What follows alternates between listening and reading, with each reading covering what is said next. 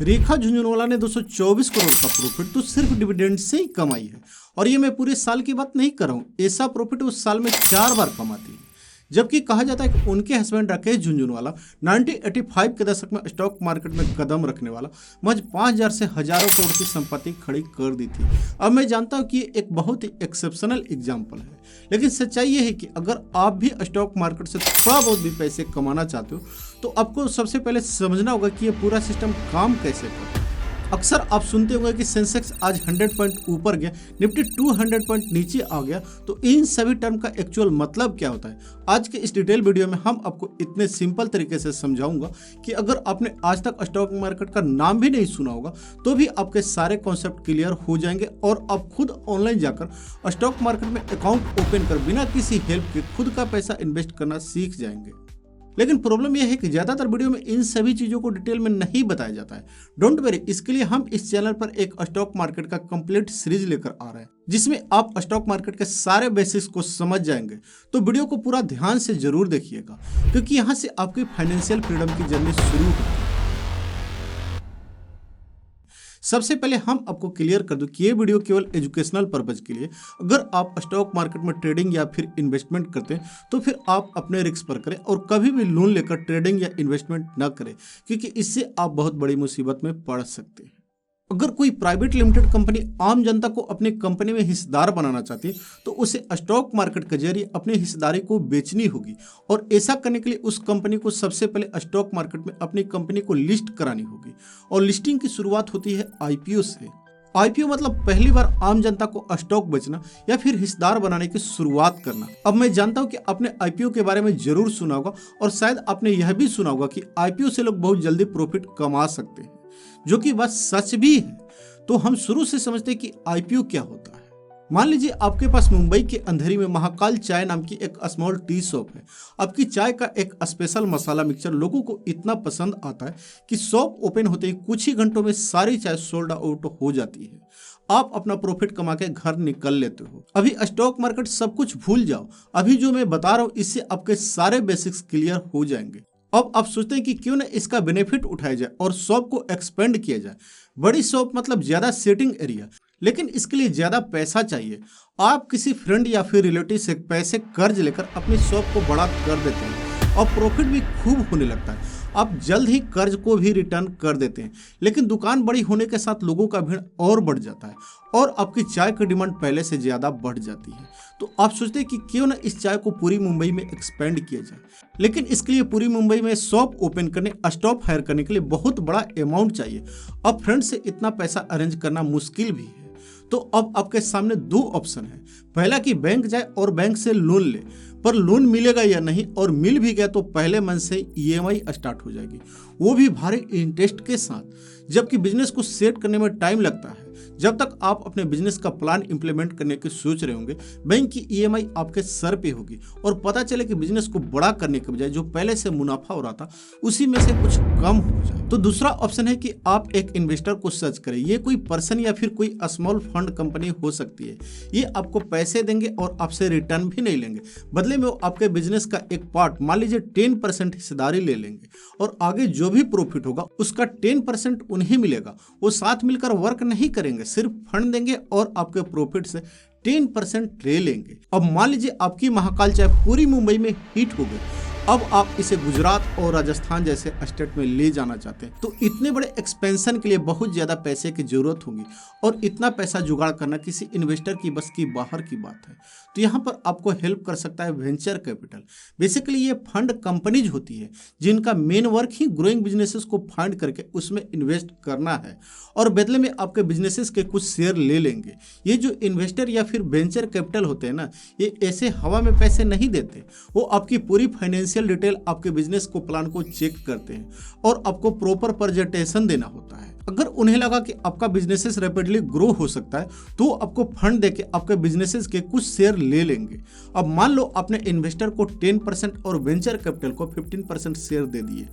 अभी भी आप मेजोरिटी ओनर हैं। इसके बाद आपका बिजनेस और तेजी से ग्रो करने लग रहा है, लोग और डिमांड कर रहे हैं। अब आप सोच रहे हो कि इस चीज को मैं पूरे इंडिया या फिर इंटरनेशनल लेवल पर लेकर जाऊंगा।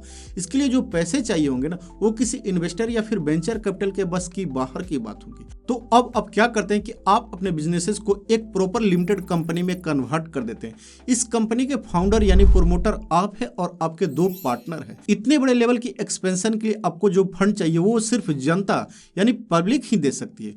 तो कंपनी को प्राइवेट लिमिटेड से पब्लिक लिमिटेड में चेंज करना होगा और फिर पब्लिक को अपना हिस्सा सेल करना होगा।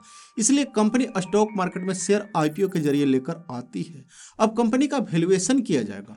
ऐसे समझिए, अब आपकी महाकाल चाय लिमिटेड का टोटल वैल्यूएशन 500 करोड़ रुपए कैलकुलेट किया गया है। अब कंपनी शेयर क्रिएट करेगी। मान लीजिए कंपनी ने 1 रुपए के फेस वैल्यू के 500 करोड़ शेयर बनाए।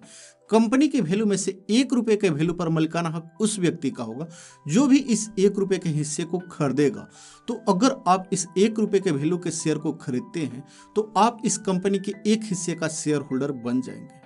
पर क्वेश्चन ये है कि 1 रुपए का शेयर 1 रुपए में बेचकर कंपनी को क्या बेनिफिट मिलेगा? कोई नया इन्वेस्टमेंट तो आया ही नहीं। इसलिए कंपनी इस 1 रुपए वाला शेयर को 10 रुपए के प्राइस पर सेल करने का डिसीजन करती है, ताकि 10 रुपए के हिसाब से जितने भी शेयर पब्लिक खरीदेगी, प्रति शेयर 9 रुपए का इन्वेस्टमेंट कंपनी में जाएगा। कंपनी का मुख्य उद्देश्य निवेशकों से निवेश लेना ही है। यानी हर कंपनी अपने शेयर को असली वैल्यू से कहीं ज्यादा शेयर की कीमत रखती है, ताकि जो भी व्यक्ति इस कंपनी का शेयर खरीदे उससे कंपनी में निवेश आए। और हर कंपनी चाहती है कि उसके शेयर की कीमत बढ़ती रहे और उसी तरह कंपनी में निवेश भी बढ़े। और शेयर की असली कीमत को फेस वैल्यू कहते हैं और शेयर जिस कीमत पर बेचा जाता है उसे शेयर प्राइस कहते हैं। फेस वैल्यू और शेयर के प्राइस का बीच का जो अंतर है उसे शेयर प्रीमियम कहते हैं। अब हम उम्मीद करते हैं कि आपको यहाँ तक समझ आ रही होगी। यही प्रीमियम कंपनी के पास इन्वेस्टमेंट के तौर पर जाता है। जब आप आईपीओ में 10 रुपए देकर एक शेयर खरीदते हैं तो आप कंपनी के पार्टनर बन जाते हैं और कंपनी को उस शेयर पर 9 रुपए का इन्वेस्टमेंट मिल जाता है। कंपनी का मेन गोल यही इन्वेस्टमेंट को जुटाना होता है। तो देखा आपने कैसे एक small tea shop share market के थ्रू पूरे देश की कंपनी बनने का सफर कंप्लीट करती है। अब आप अंडरस्टैंड कर गए होंगे कि आईपीओ क्या है, शेयर क्या है, फेस वैल्यू और प्रीमियम का मतलब क्या होता है। दोस्तों, जब कोई कंपनी पब्लिक लिमिटेड बनकर शेयर बाजार में आना चाहती है तो उसकी पहले सीढ़ी होती है आईपीओ यानी इनिशियल पब्लिक ऑफरिंग। पर आईपीओ लाने से पहले कंपनी को सब कुछ ठीक ठाक बताना होगा बाजार के रेगुलेटेड सेबी यानी security and exchange board of India को। सेबी को सुनिश्चित करना है कि कोई कंपनी पब्लिक को गुमराह न करे, कोई फ्रॉड ना हो।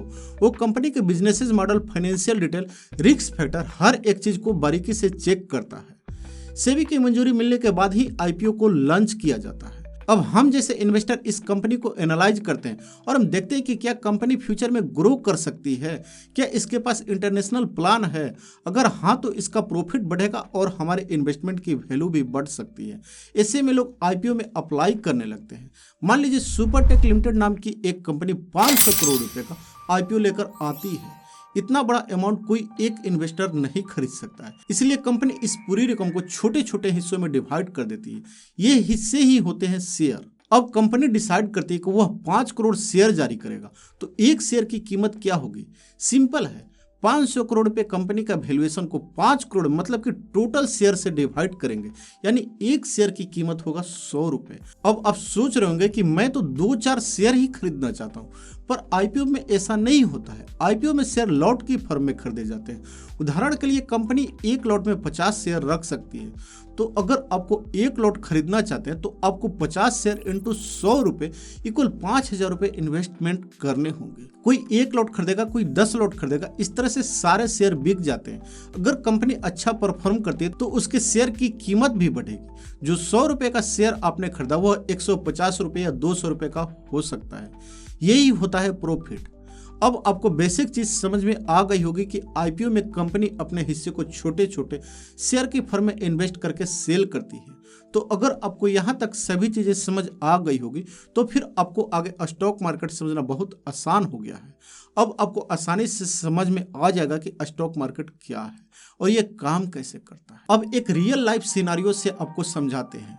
मिस्टर राज ने आईपीओ से 100 रुपए के 2 लॉट यानी कुल 100 शेयर खरीदे। उनकी कुल इन्वेस्टमेंट है 10,000 रुपए। कुछ समय बाद राज को अचानक पैसों की जरूरत पड़ जाती है। वो कंपनी के पास जाकर कहती है कि मेरे शेयर वापस लो, मुझे पैसे दो, पर कंपनी मना कर देती है क्योंकि वो पैसा तो उसने अपने बिजनेसेस में लगा रखा है। तो चलिए फिर राज क्या करेंगे, यहीं से शुरू होता है सेकेंडरी मार्केट का काम। यहाँ पर शेयर इन्वेस्टर के बीच खरीदे और बेचे जाते हैं। राज का एक दोस्त मिस्टर सुरेश को लगता है कि यह कंपनी अच्छा करने वाली है। वो राज से उसके 100 शेयर 105 रुपए प्रति शेयर के भाव से खरीद लेता है। राज को उसकी जरूरत के पैसे मिल गए। कुछ महीनों बाद कंपनी के बेहतरीन रिजल्ट आते हैं और शेयर की कीमत अब 120 रुपए हो जाती है। अब सुरेश उन शेयर को किसी तीसरे इन्वेस्टर को बेच सकता है। यह चेन चलती रहती है, ए से बी, बी से सी, सी से डी। यानी शेयर बाजार में आप कंपनी से शेयर नहीं खरीदते बल्कि किसी दूसरे इन्वेस्टर से खरीदते हैं और बेचते हैं। इस पूरे सिस्टम को मैनेज करने के लिए दो मुख्य संस्था है, एनएससी यानी नेशनल स्टॉक एक्सचेंज और बीएससी यानी बॉम्बे स्टॉक एक्सचेंज। यही वो प्लेटफॉर्म है जहां शेयर खरीदे और बेचे जाते हैं और उनका ऑफिशियल रिकॉर्ड भी रखा जाता है। हम यहाँ पर इन्हीं स्टॉक मार्केट कहते हैं। इनमें जो सबसे पुराना स्टॉक एक्सचेंज है वो बीएससी यानी बॉम्बे स्टॉक एक्सचेंज है। वैसे पुराने टाइम पे बहुत सारे एक्सचेंज होते थे, लेकिन आज के टाइम पे यही दो मेन एक्सचेंज है जहाँ से हम शेयर बाई एंड सेल कर सकते हैं।